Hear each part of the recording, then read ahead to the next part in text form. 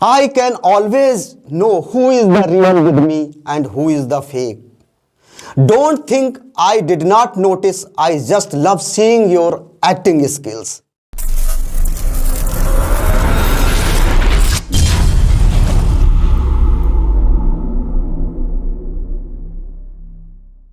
सुना होगा आपने भी, मेहनत सीढ़ियों की तरह होती है और किस्मत लिफ्ट की तरह होती है।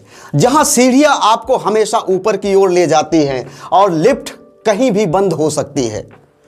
जी हां, आज एक ऐसे ही शख्स की कहानी, एक ऐसे व्यक्ति की कहानी जो आपको सोचने पे मजबूर कर देगी, जो आपको बहुत ही प्रेरणा देगी, जिससे आप प्रेरणा लेकर कभी भी हार नहीं सकते और अपनी मंजिल की तरफ हमेशा अग्रसर रहेंगे और अपने लक्ष्य की प्राप्ति करते रहेंगे।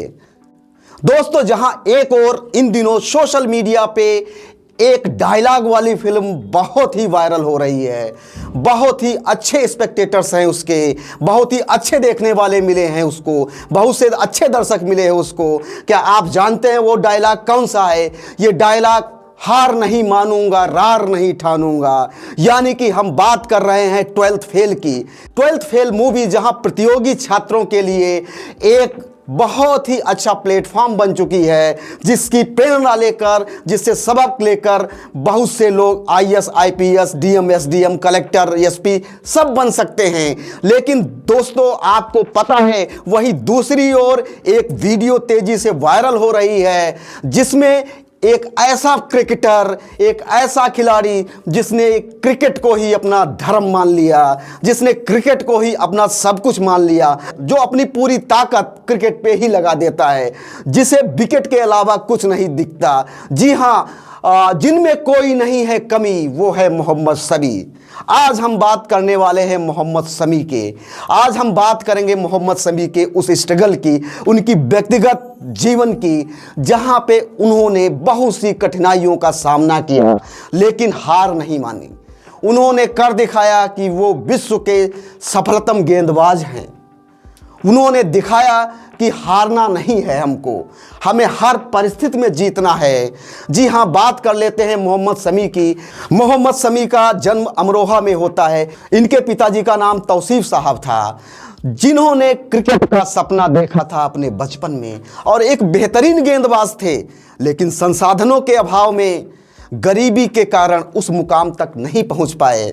लोगों ने कहा हालांकि इनसे कि आपको जाके किसी भी एकेडमी में ट्रेनिंग लेनी चाहिए, आप तो भारत की तरफ से खेल सकते हैं। लेकिन ये सपना उनका पूरा नहीं हो पाया, सपना चकनाचूर हो चुका था।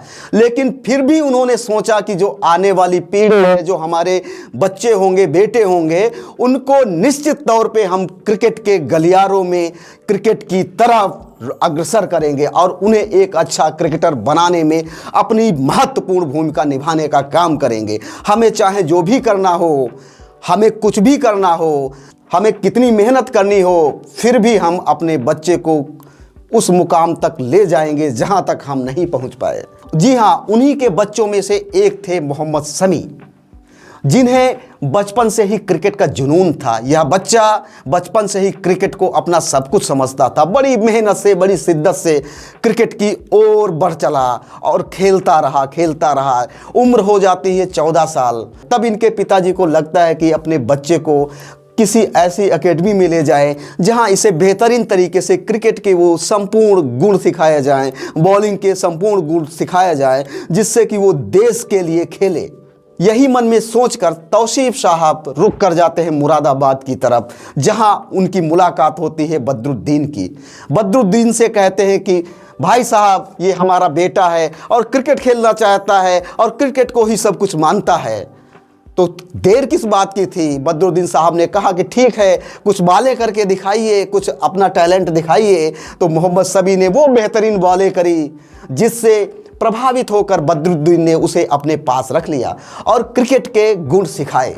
बॉल कैसे डालनी है, पिच पर किस तरीके से बॉलिंग करनी है, और साथ ही इन्होंने पुरानी गेंद से इनको बहुत ही एक्सरसाइज करवाया, अभ्यास करवाया, जिसमें मोहम्मद शमी दिन प्रतिदिन उम्दा खिलाड़ी के रूप में उभरते गए। अब समय था अंडर 19 टीम के चयन का।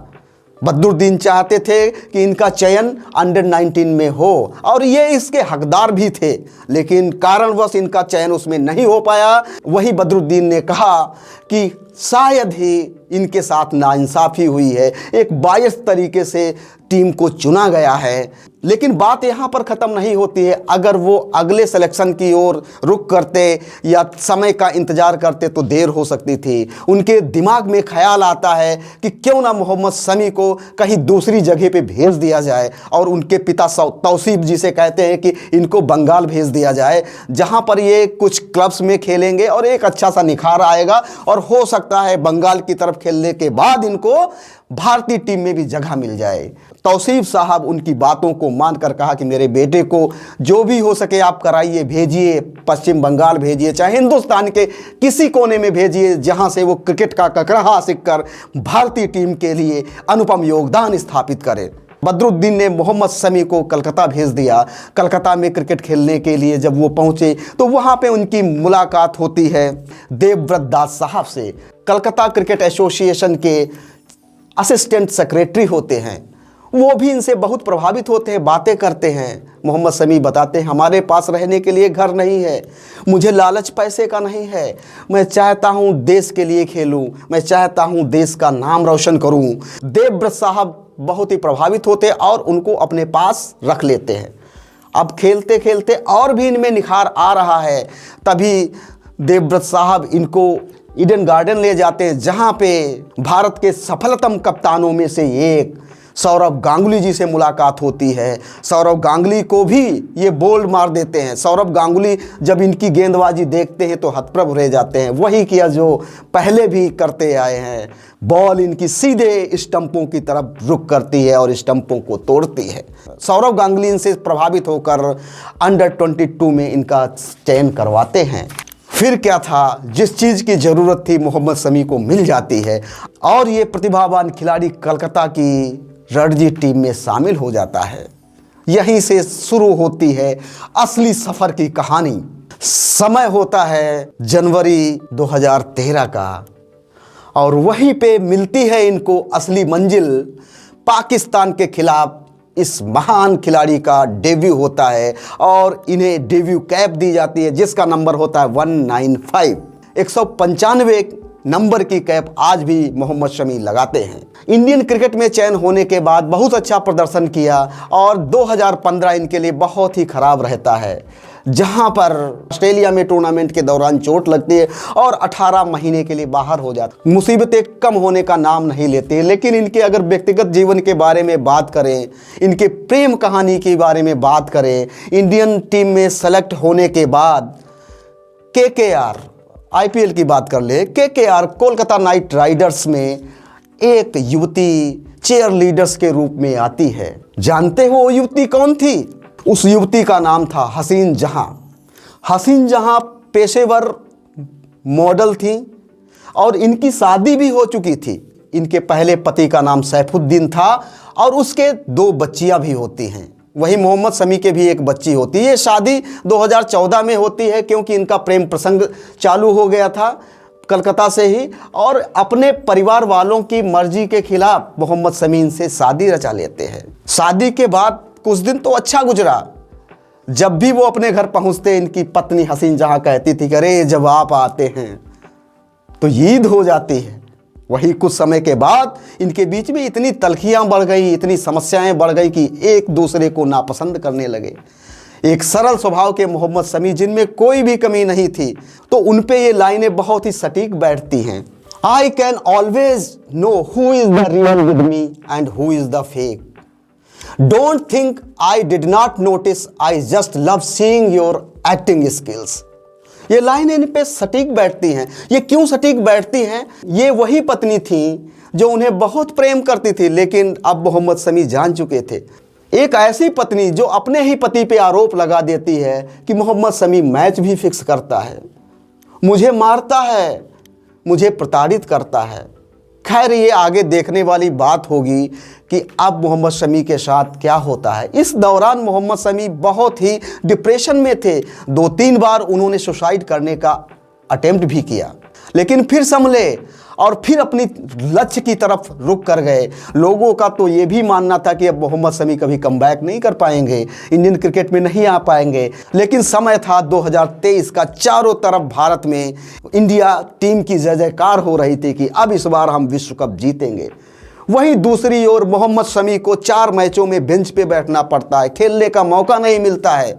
हार्दिक पांड्या के घायल होने के बाद उन्हें मौका दिया जाता है और पहले ही मैच में वो धमाल मचा देते हैं और भारत के एक ऐसे खिलाड़ी बन जाते हैं इस टूर्नामेंट में 50 विकेट लेने वाले। सिलसिला यही खत्म नहीं होता दोस्तों, इस रिकॉर्ड की ही वजह से नहीं, अपितु इनके जो भी कैरियर का जो शुरुआती से लेकर अभी तक का जो दौर रहा है, भारत सरकार की नज़र इन पर पड़ती है और भारत की राष्ट्रपति माननीय द्रौपदी मुर्मू जी ने इनको अर्जुन अवार्ड से नवाजा है।